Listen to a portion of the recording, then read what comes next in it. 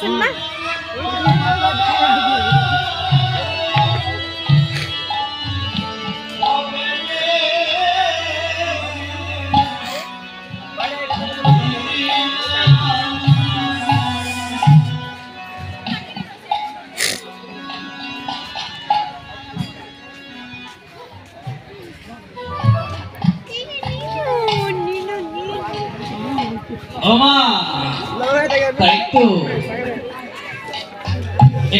এটাই যে মনুষ্য জন্মের প্রধান প্রাপ্তি।